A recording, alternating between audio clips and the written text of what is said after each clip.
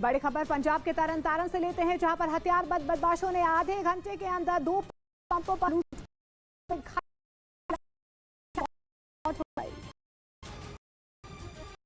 इसमें 2 बदमाश मोटरसाइकिल से पेट्रोल पंप पर दाखिल हुए। उनमें से एक बदमाश चेहरे पर नकाब लगाए नजर आया। बदमाशों ने मोटरसाइकिल से उतरते ही पंप पर तैनात सेल्समैन की पिटाई शुरू कर दी। इस दौरान उनके हाथ में हथियार भी नजर आए, जिसके बाद बदमाशों ने लूटपाट की और वहां से फरार हो गए। बताया गया कि एक पेट्रोल पंप से करीब 50,000 और दूसरे पेट्रोल पंप से 7,000 की लूट हुई। अब पुलिस इसी सीसीटीवी रिकॉर्डिंग के आधार पर आरोपी बदमाशों को पकड़ने का दावा कर रही है। वहीं पीड़ित पक्ष ने पुलिस पर लापरवाही का आरोप लगाया। प्रधानमंत्री नरेंद्र मोदी ने उज्जैन में महाकाल कॉरिडोर के पहले फेज का उद्घाटन किया। प्रधानमंत्री ने बटन दबाकर भव्य महाकाल लोक का उद्घाटन किया। इससे पहले प्रधानमंत्री नरेंद्र मोदी ऑर्गेनिक फार्मिंग करेंगे तो सिर्फ आपकी ही सेहत ही नहीं, बल्कि आपके पैसों की सेहत भी अच्छी रहेगी। ऑर्गेनिक फार्मिंग सीखनी है तो फ्रीडम ऐप को अभी डाउनलोड करो। मोदी ने महाकाल मंदिर में पूजा अर्चना की। महाकाल कॉरिडोर के दूसरे चरण पर पहले से ही काम चल रहा है। जून 2023 तक पूरी परियोजनाओं को पूरा किया जाना है। महाकाल कॉरिडोर के उद्घाटन के बाद प्रधानमंत्री नरेंद्र मोदी ने जनसभा को संबोधित किया। इस दौरान प्रधानमंत्री ने कहा कि उज्जैन भारत की भव्यता के नए कालखंड का उद्घोष कर रहा है। हमारे शास्त्रों में एक वाक्य है, शिवम ज्ञानम, शिवम ज्ञानम।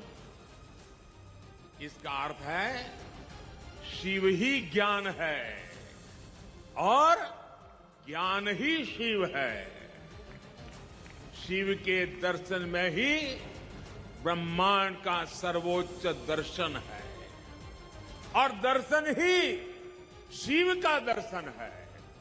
इसलिए मैं मानता हूं हमारे ज्योतिर्लिंगों का ये विकास भारत की आध्यात्मिक ज्योति का विकास है।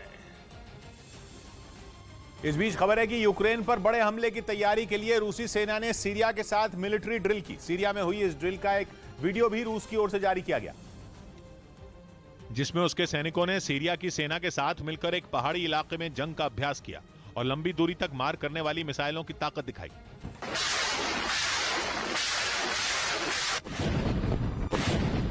यूक्रेन जंग के बीच इस मिलिट्री ड्रिल के लिए रूस और सीरिया के सैनिक एक पहाड़ी इलाके में पहुंचे और फिर वहां असली जंग की तरह गोलाबारी शुरू हो गई। ड्रिल में शामिल सैनिक सामने की तरफ दुश्मन को टारगेट मानकर गोले बरसाते दिखाई दिए और देखते ही देखते पूरा इलाका गोला बारूद के धमाकों की आवाज से थर्रा उठा।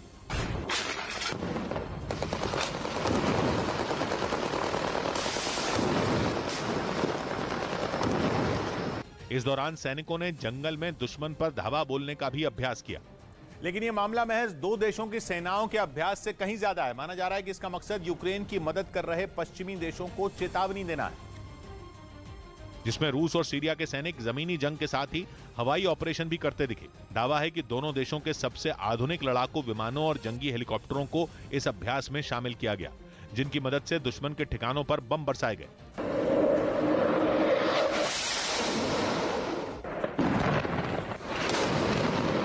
इस ड्रिल में शामिल सैनिकों ने पैराशूट के जरिए जंग के मैदान में उतरने और दुश्मन पर हमला बोलने का हुनर भी दिखाया।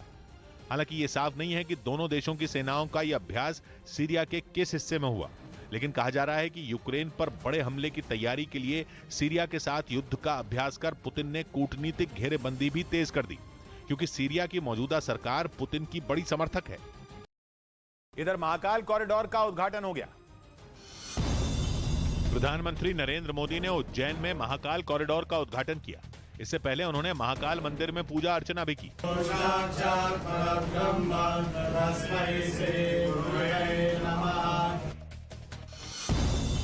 हरियाणा सरकार ने इस बार दिवाली पर प्रदेश में सिर्फ ग्रीन पटाखे जलाने की ही मंजूरी दी। पूरे प्रदेश में इस बार केवल ग्रीन पटाखे ही चलेंगे, अन्य पटाखे नहीं चलेंगे। ज्ञानवापी मामले में सर्वे में मिले शिवलिंग की कार्बन डेटिंग पर फैसला एक बार फिर टल गया। वाराणसी की अदालत में अब शुक्रवार को इस मुद्दे पर अगली सुनवाई होगी। खबर उत्तर प्रदेश के जौनपुर से, जहां पर रामलीला मंचन के दौरान भगवान शिव का किरदार निभा रहे कलाकार की हार्ट अटैक से मौत हो गई। स्टेज पर अभिनय के दौरान शिव बने कलाकार की मौत हो गई, जिसका वीडियो भी सामने आया है। घटना मछली शहर थाना क्षेत्र के आदर्श रामलीला समिति बेलसीन की बताई जा रही है, जहां पर हार्ट अटैक से कलाकार की स्टेज पर ही मौत हो गई। पश्चिमी मीडिया ने दावा किया कि क्राइमिया पुल के तबाह होने से बौखलाए पुतिन ने अपने सबसे आधुनिक और घातक टैंक जंग में उतार दिए। दावा है कि 8 अक्टूबर को यूक्रेन की सेना ने रूस को क्राइमिया से जोड़ने वाले कर्ज ब्रिज को उड़ा दिया था, जिससे पुतिन आग बबूला हैं और वो यूक्रेन की राजधानी कीव पर मिसाइलों की बारिश कर रहे हैं। यूक्रेन ने दावा किया कि एक रोज पहले रूसी सेना ने कीव और उसके आसपास के शहरों पर 70 से ज्यादा मिसाइलों से अटैक किया। इन मिसाइल हमलों के बाद कीव की सड़कों पर आग का बवंडर उठता दिखा। इमारतों से उठते काले धुएं के गुबार ने तो लोगों को दहशत से भर दिया। पश्चिमी मीडिया का दावा है कि क्राइमिया ब्रिज टूटने से पुतिन का गुस्सा 7वें आसमान पर है और उन्होंने अपनी सेना को कीव पर कब्जा जमाने का आदेश दे दिया है। इसी वजह से रूसी सेना कीव पर मिसाइल और रॉकेट से ताबड़तोड़ हमले कर रही है। लेकिन अब रूस ने अपना एक और घातक हथियार जंग के मैदान में उतार दिया है। पुतिन का ये नया हथियार एक टैंक है जिसका नाम है T-14 अर्मादा, जिसे रूस की सेना का महाबली तक कहा जाता है। मतलब यह कि पुतिन ने जंग जीतने के लिए अपनी पूरी ताकत झोंक दी है। उन्होंने यूक्रेन को नाक का सवाल बना लिया है। वो किसी भी कीमत पर जेलेंस्की को छोड़ने के मूड में नहीं है और इसीलिए उन्होंने अपने सबसे आधुनिक, ताकतवर और घातक टैंक T-14 अर्मादा को युद्ध के मोर्चे पर तैनात कर दिया। पश्चिमी मीडिया की तरफ से इसका एक वीडियो भी जारी किया गया, जिसमें पुतिन का ये महाबली दुश्मन के इलाके में तेजी से आगे बढ़ता दिखा। एक रिपोर्ट के मुताबिक T-14 अर्मादा टैंक का वजन करीब 55 टन है और इसकी रेंज 5 से 12 किलोमीटर के बीच है, जो ज्यादा तो नहीं है, लेकिन यह भयानक तबाही मचाता है। मतलब ये कि अगर इस टैंक ने हमला कर दिया तो दुश्मन की तबाही तय है। हैरानी की बात यह है कि रूस के पास ऐसे कितने टैंक हैं, इसकी कोई जानकारी दुनिया के पास नहीं है। और बताया जा रहा है कि रूस भविष्य में इस टैंक का ऐसा वर्जन बनाने की तैयारी में है जिसे चलाने के लिए इंसान की जरूरत ही नहीं पड़ेगी। मतलब बिना सैनिक के ही ये टैंक दुश्मन के इलाकों में घुसकर तबाही मचा देगा। पश्चिमी मीडिया की एक रिपोर्ट के मुताबिक T-14 अर्मादा टैंक में 12.7 मिलीमीटर की कॉर्ड मशीन गन लगी। ये मशीन गन 1 मिनट में 650 गोलियां दागती है और इसकी रेंज करीब 2 किलोमीटर है। इसके अलावा इस टैंक पर 7.62 मिलीमीटर की एक और मशीन गन लगी है और यह भी 1 मिनट में 650 गोलियां फायर करती है। T-14 अर्मादा टैंक में एक बार में 42 गोले रखे जा सकते हैं। गोले दागने के लिए इसमें ऑटो लोडर लगा है, मतलब ये कि इसमें गोले अपने आप लोड होते जाएंगे। दावा है कि इस टैंक का आर्मर यानी कवच बेहद मजबूत है। टैंक के कवच पर 2 बार भयानक विस्फोट भी हो जाए तो भी उसका कुछ नहीं बिगड़ेगा। यही नहीं, इस टैंक में एंटी टैंक गाइडेड मिसाइल को भी धोखा देने की काबिलियत है। जस्टिस DY चंद्रचूड़ नए CJI होंगे। सुप्रीम कोर्ट के चीफ जस्टिस UU ललित ने देश के अगले मुख्य न्यायाधीश के लिए DY चंद्रचूड़ के नाम की सिफारिश की। जस्टिस UU ललित 8 नवंबर को रिटायर हो रहे हैं। दिल्ली के मुख्यमंत्री अरविंद केजरीवाल ने 50 लो फ्लोर CNG बसों को हरी झंडी दिखाकर रवाना किया। 2025 तक के अंत तक दिल्ली में टोटल 10,380 बसें हो जाएंगी। दिल्ली के नजदीक गाजियाबाद में पुलिस और बदमाशों के बीच मुठभेड़ हुई, जिसके बाद एक बदमाश को गिरफ्तार कर लिया गया।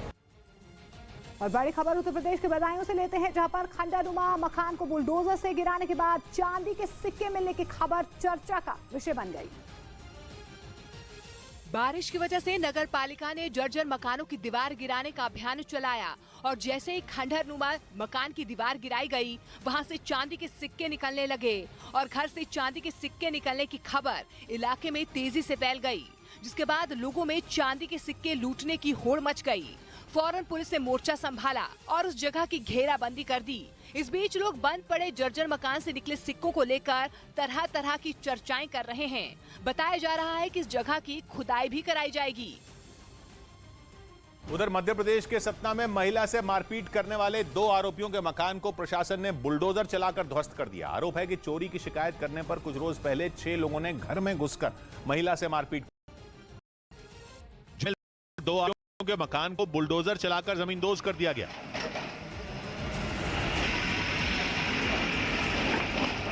प्रशासन की इस कार्रवाई का एक वीडियो भी सामने आया, जिसमें खुदाई करने वाली एक मशीन आरोपियों के मकान को ध्वस्त करती दिखाई दी।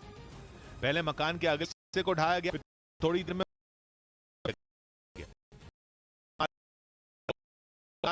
बुलडोजर चलाकर गिर